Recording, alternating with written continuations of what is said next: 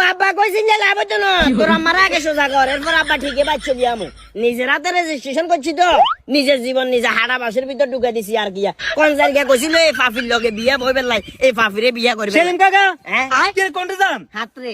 ওই চার ডিব্বা ডাব্বা লই খেতা বালিশ না হাতে গিয়া শুনো বাতিজা একদিন সমান কয় ঘন্টা 24 ঘন্টা 24 ঘন্টা না একদিন সমান 12 ঘন্টা রাত হিসাব করলে 24 ঘন্টা বুঝছি তো 12 ঘন্টা 12 ঘন্টা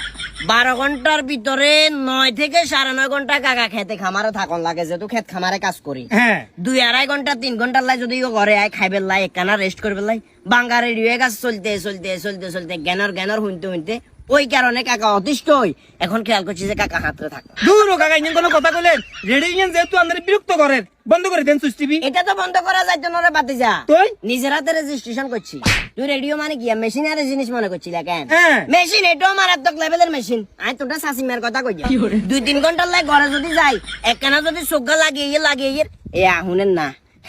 আসড় বোনের তো